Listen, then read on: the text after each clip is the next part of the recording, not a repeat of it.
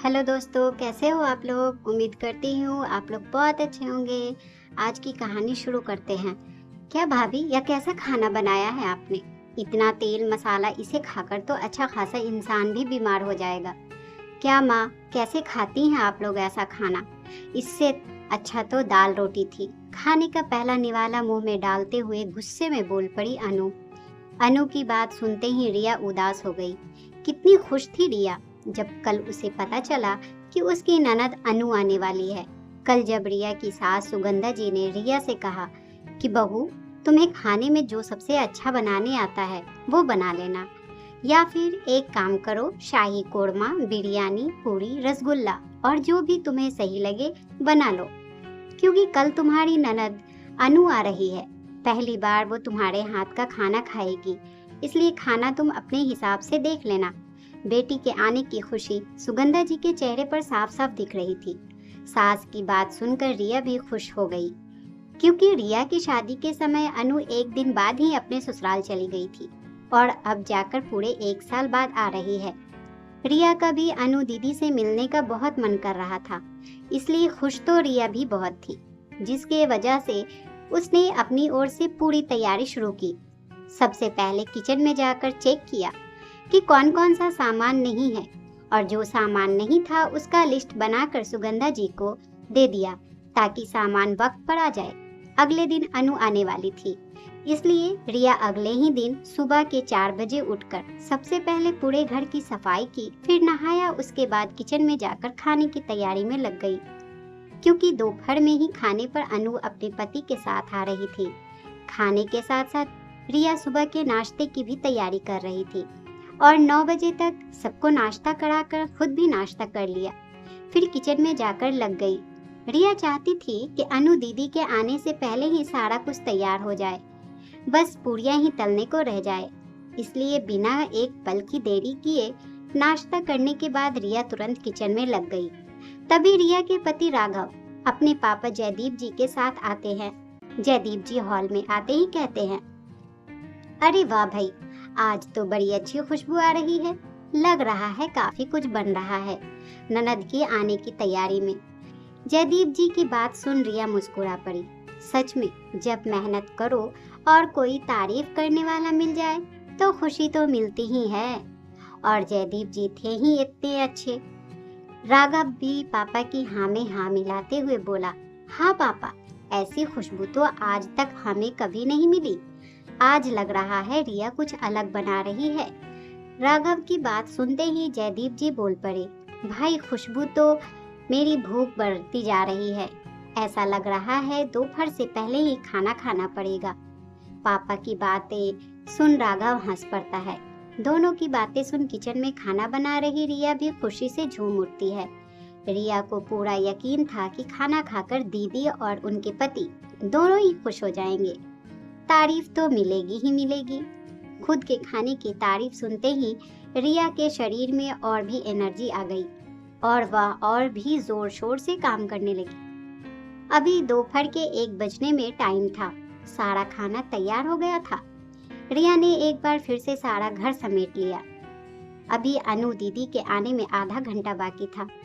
तभी सुगंधा जी आते हुए रिया से कहती है, बहू, सारी तैयारी हो गई।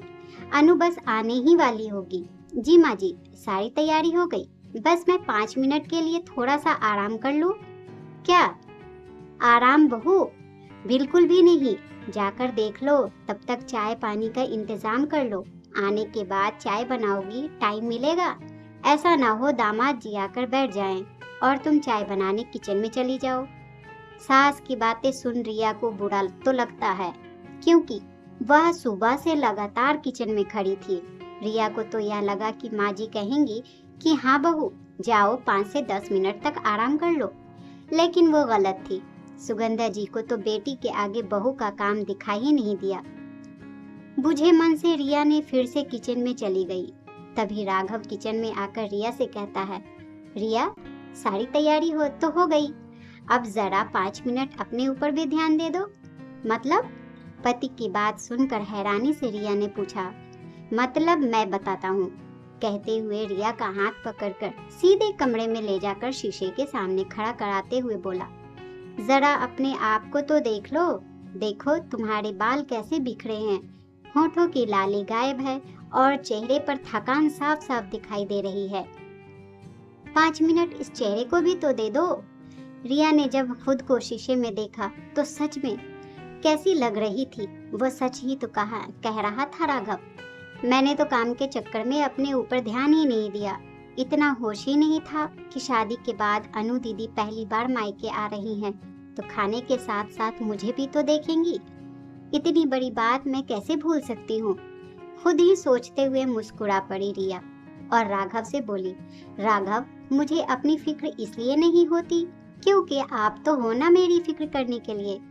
आपको तो मेरी छोटी से छोटी बातों का भी बखूबी से पता रहता है।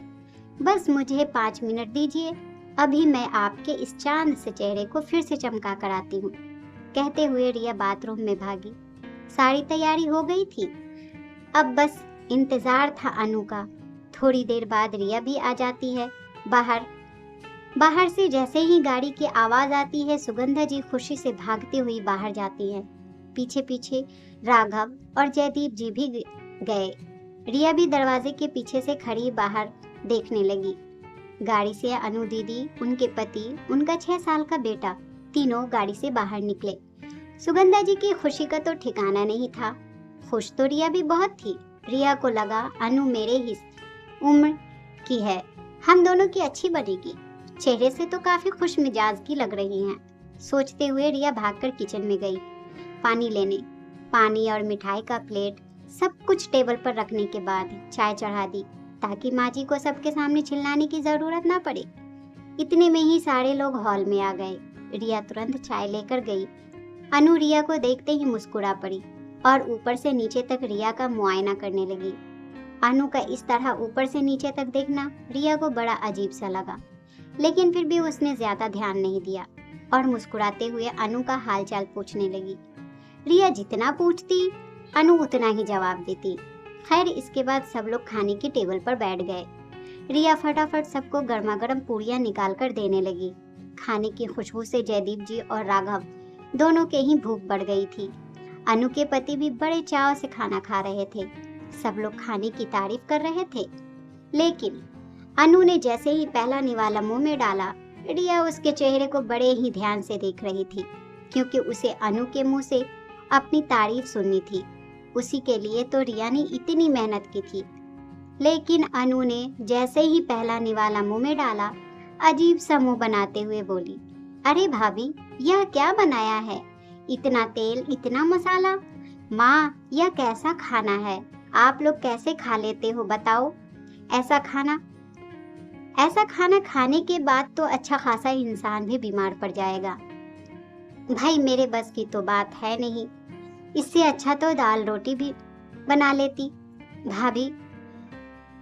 अनु की बात सुनते ही रिया के चेहरे की खुशी तुरंत गायब हो गई। तभी सुगंधा जी भी बोल पड़ी, क्या बहू, मैंने तुम्हें मना किया था ना, बोला था ना कि तुम बहुत सोच समझकर हिसाब से खाना बनाना। इतना तेल, इतना मसाला डालने की क्या जरूरत थी बताओ? पहली बार अनु तुम्हारे हाथ से खाना खा रही है और वह भी खाना उसके मन के लायक नहीं है। इतना समझाने के बाद भी तुम्हारा दिमाग काम नहीं करता। अनु की बात सुनकर सुगंधा जी ने सबके सामने इतनी बुरी तरह से रिया को डांटा कि बेचारी की आंखों में आंसू आ गए। तभी अनु के पति ने कहा, अरे कैसी बात कर रही हो अनु, खाना तो बहुत अच्छा बना है। भाई, मैं तो इसकी खुशबू का ही दीवाना हो गया था। इतना अच्छा खाना तो तुम भी नहीं बना पाती हो।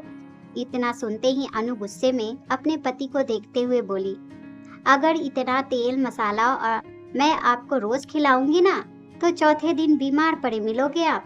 कुछ हेल्थ का भी ख्याल रखा करो। तब जयदीप जी ने कहा, अरे अनु, कोई ऐसा खाना रोज थोड़ी बनाता है। आज तो बहू तुम्हारे आने की खुशी में ऐसा खाना बनाया है, नहीं तो हमारी बहू भी हेल्थ का बहुत ख्याल रखती है। तेल मसाला तो बहुत कम डालती है। राघव ने भी पापा की हाँ में हाँ मिलाया। लेकिन अनु की बात सुनकर सुगंधा जी रिया के ऊपर खफा हो गई, नाराज हो गई उससे।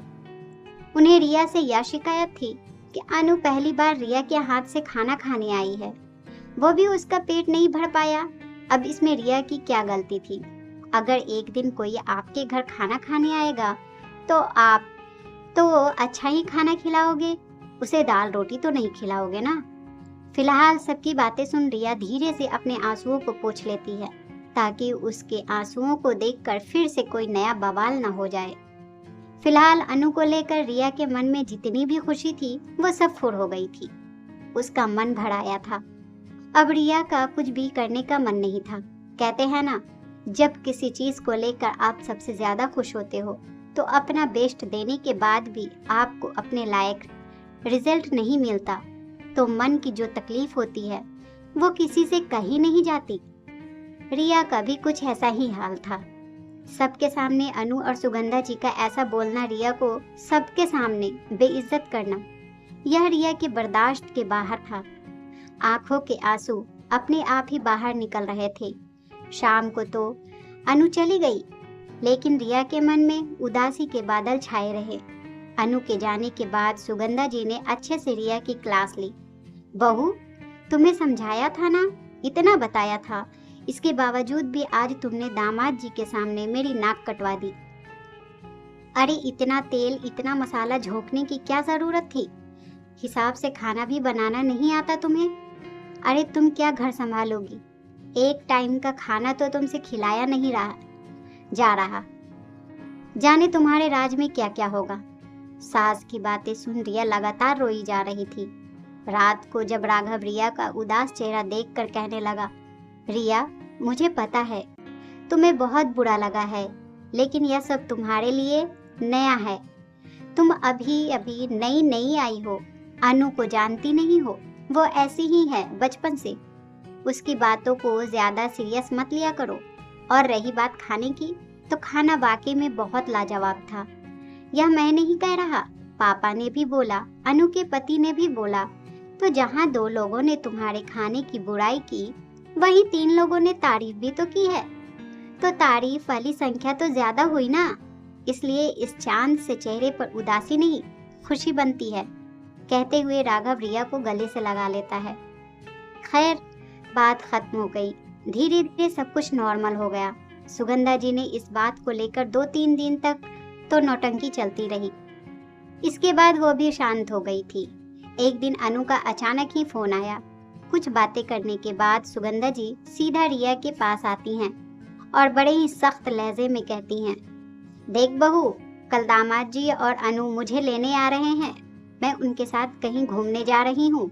दोपहर को आएंगे तो खाना खाकर ही जाएंगे, इसलिए उनका खाना बना देना। और कल का खाना बिल्कुल भी वैसा नहीं होना चाहिए जैसा तुमने पहली बार बनाया था।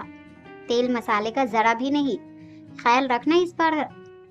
मैं तुम्हें कुछ भी नहीं बताऊंगी, तुम्हें जो समझ में आएगा वो बनाना, लेकिन खाना अच्छा और हेल्दी और कम से कम तेल मसाले वाला होना चाहिए।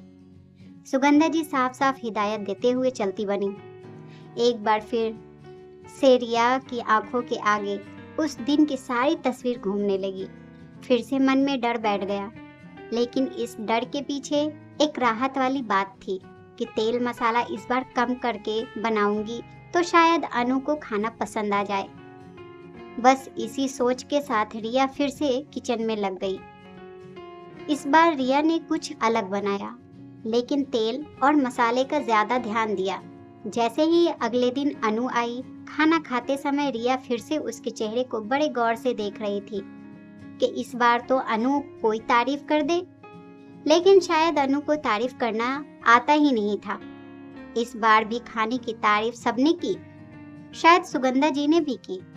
अनु ने जब देखा कि सब लोग खाने की तारीफ कर रहे हैं, तो वह तुरंत बोल पड़ी, भाभी, यह क्या है? यह क्या बनाया है आपने? कभी आप सारा तेल मसाला ही डाल देती हो, तो कभी आप बिल्कुल फीका खाना बना लेती हो। अरे ढंग का खाना बनाने भी आता है या नहीं आपको? इससे तो अच्छा दाल रोटी बना के रख दिया होता। या तो मसाला छोड़ दोगी या फिर बिल्कुल डाल ही दोगी। अरे नॉर्मल खाना भी कभी बनाया जा सकता है, इतना भी नहीं सीखा आपने? एक बार फिर से कमी इस बार रिया को अनु की बातें सुनकर सच में बहुत बुरा लगा था। आंखों में आंसू आने की जगह चेहरे पर गुस्सा आ गया, और सबसे ज्यादा गुस्सा तो रिया को सुगंधा जी पर आया। जो अभी तक खाने की तारीफ कर रही थी, लेकिन अनु के मुंह से बुराई सुनते ही बेटी की हाँ में हाँ मिलाने लगी। मतलब माँ जी का अपना कोई सेंस नहीं है, जैसा बेटी कहेगी वैसा ही करेंगी। लेकिन अनु के पति ने कहा, अनु, तुम्हारी आदत हो गई है क्या हर चीज में कमी निकालने की? इतना अच्छा खाना बना है, और अगर तुम्हें खाने की तारीफ नहीं करनी आती तो कम से कम कमियां भी मत निकाला करो। आज तक तो मैं तुम्हारे हाथ से भी कभी इतना अच्छा खाना नहीं खाया, और ना ही तुम ऐसा खाना बना सकती हो, तो यह कमी निकालना बंद करो। जब देखो तब बस कमियां ही निकालती रहती हो। पति की बात सुनते ही अनु मुंह बना लेती है और चुपचाप खाना खाकर उठ जाती है। लेकिन अब अनु की हरकतों के बाद रिया के मन में उसके लिए ना पहले वाला मान सम्मान रह गया था, और ना ही इज्जत रह गई थी, और ना ही उसके आने की खुशी। खाना वाकई में बहुत अच्छा बना था। रिया खाना बुरा बनाती ही नहीं थी, इतना तो रिया को भी पता था। लेकिन जाने क्यों अनु हर बार उसके खाने में कमियां निकालती रहती। अब किस हिसाब से खाना बनाए कि उसे पसंद आ जाए। तभी सुगंधा जी की आवाज रिया के कानों में आई, बहू, जल्दी से सबको एक एक कप चाय पिला दो, हमें निकलना है, लेट हो रहा है। और याद रखना, 2 दिन बाद जब हम वापस सब लोग आएंगे तो उस बार अगर खाने में कोई भी कमी निकल गई तो फिर देख लेना, मैं तुम्हें खाना बनाने के लिए सीखने के लिए तुम्हारे माँ के पास भेज दूंगी। 2 बार से मेरी बेटी खाना खा नहीं रही है और भूखे पेट ही रह जाती है। तुम्हारे खाने से उसका पेट बिल्कुल भी नहीं भरता, इसलिए परसों जब दामाद जी और अनु मुझे छोड़ने आएंगे तो मुझे खाने में तुम्हें से या शिकायत नहीं चाहिए। देख लेना, अब सब कुछ तुम्हारे हाथ में है। धमकी देते हुए सुगंधा जी चाय पीकर अनु के साथ चलती बनी। रिया 2 दिन तक घर में बहुत ही शांति से रही, लेकिन रिया के मन में एक डर सा बैठ गया था कि 2 दिन बाद फिर से माँ जी के साथ अनु और उसका पति घूम कर आएंगे और यहाँ फिर खाना खाकर ही जाएंगे। अब इस बार खाने में क्या बनाऊं, कैसा बनाऊं कि अनु के मन को भा जाए। अनु के पति की कोई बात नहीं थी, कोई टेंशन नहीं थी उसकी, क्योंकि वह तो हर खाने की तारीफ करते हैं, लेकिन अनु ही पूरे माहौल को बिगाड़ कर रख देती है। रिया ने अपनी तरफ से पूरी कोशिश की, लेकिन फिर भी अनु को खुश नहीं कर पाई। रिया इसी उलझन में थी कि शायद सुगंधा जी की बात जयदीप जी ने भी सुन ली थी, इसलिए वह रिया को अपने पास बुलाकर कहते हैं, बहू, दोपहर को तुम्हारी सास की सारी बातें मैंने सुन ली थी। एक बात ध्यान से सुनना, अनु थोड़ा लाड़ प्यार से बिगड़ गई है। उसके बिगड़ने के पीछे तुम्हारी सास का ही हाथ है। अनु के मन में यह रहता है कि कोई भी उससे आगे कभी हो ही नहीं सकता, लेकिन शायद तुम उसे अपनी बराबरी की दिखाई देती हो या उससे अच्छी दिखती हो, इसलिए वह तुमसे जलती है। वो मेरी बेटी है, मैं उसे अच्छी तरह से जानता हूँ। अनु को यह बर्दाश्त कभी भी नहीं हो रहा कि तुम सबसे अच्छा खाना बनाती हो या तुम्हारी सब लोग तारीफ करें। अगर सब तुम्हारी तारीफ करने लगेंगे तो फिर अनु को कौन पूछेगा। अनु को बस हर जगह खुद की तारीफ पसंद है, मायके में भी आकर वो अपनी ही तारीफ सुनना चाहती है। खाना वो भी अच्छा बनाती है और वह कभी नहीं चाहेगी कि उसके खाने के आगे किसी और के खाने की तारीफ हो, इसलिए वो जानबूझकर तुम्हारे खाने में कमियां निकालती है। अब मैं तुम्हें जो कह रहा हूँ उसे समझना बहू, यह औरतों की मानसिकता होती है। वो अपने आगे किसी को बढ़ने नहीं देना चाहती, चाहे वो सगी बहनें हो या ननद हो या भाभी हो। और तुम्हारी सास दुनिया की हर माँ की तरह बहू का पक्ष ना लेते हुए बेटी का ही पक्ष लेगी। वो भी अपनी जगह सही है, लेकिन अब तुम्हें अपने हक के लिए खुद लड़ना होगा। भाई, इसमें हम कुछ नहीं बोल सकते हैं। हाँ, तुम्हें थोड़ा बहुत ज्ञान जरूर दे सकते हैं। अगर मेरी बेटी को समझना है तो फिर पूरी गारंटी के साथ कहता हूँ कि कल तुम्हारे खाने में अनु कोई भी कमी नहीं निकालेगी। रिया जयदीप जी की बात को बड़े ही ध्यान से सुन रही थी। बहू, अगर अनु जब हर बार खाने की बात कहती है कि इससे अच्छा दाल रोटी है, तो कल जब वह आएगी तो तुम नॉर्मल खाना ही बनाना, दाल रोटी सब्जी, कोई भी स्पेशल डिश बनाने की जरूरत नहीं है, क्योंकि तुम जितना अच्छा बनाओगी वह उतनी ही कमियां निकालेगी खाने में। समझ गई ना मेरी बात? थोड़ा समझना। इतना कहते हुए जयदीप जी वहां से चले गए। जयदीप जी की बात सुनकर मुस्कुरा उठी रिया और अगले दिन नॉर्मली खाना बनाई, दाल चावल रोटी सब्जी सलाद, कोई भी एक्स्ट्रा खाना या डिश नहीं बनाई। दोपहर तक सुगंधा जी और अनु भी आ चुके थे। जैसे ही सब लोग खाने की टेबल पर बैठे, नॉर्मल खाना देखकर अनु का मुंह बन गया। रिया भी लगातार अनु को देखे जा रही थी और मन ही मन सोचने लगी, अब निकालो खाने में कमी, अब खाओ अपना हेल्दी खाना। अनु ने तो कुछ भी नहीं बोला, वो मुंह बनाकर चुपचाप खाना खाने लगी। लेकिन शायद उसे ऐसे खाने की उम्मीद नहीं थी, इसलिए सुगंधा जी ने रिया से कहा, अरे बहू, कैसा खाना बनाया है तुमने? तुम्हें पता था ना कि दामाद जी अनु आने वाले हैं, फिर भी नॉर्मल खाना बना जरूरी है क्या कि हर बार घर पे रहकर मैं तुम्हें सब कुछ बताऊं? तभी तुम बना पाओगी, खुद का दिमाग नहीं चला सकती हो। रिया कुछ बोले उससे पहले ही जयदीप जी बोल पड़े, अरे भाग्यवान, आते ही बहू की खिंचाई क्यों कर रही हो? बहू ने तो वही किया जो अनु ने कहा था। अनु ने क्या कहा था? हैरानी से सुगंधा जी अनु की तरफ देखा।